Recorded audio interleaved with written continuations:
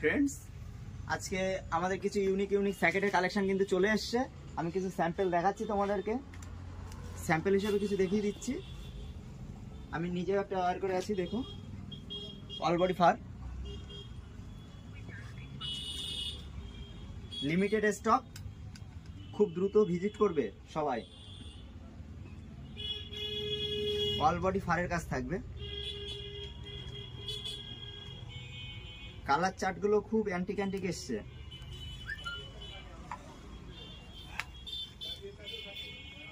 size ML XL,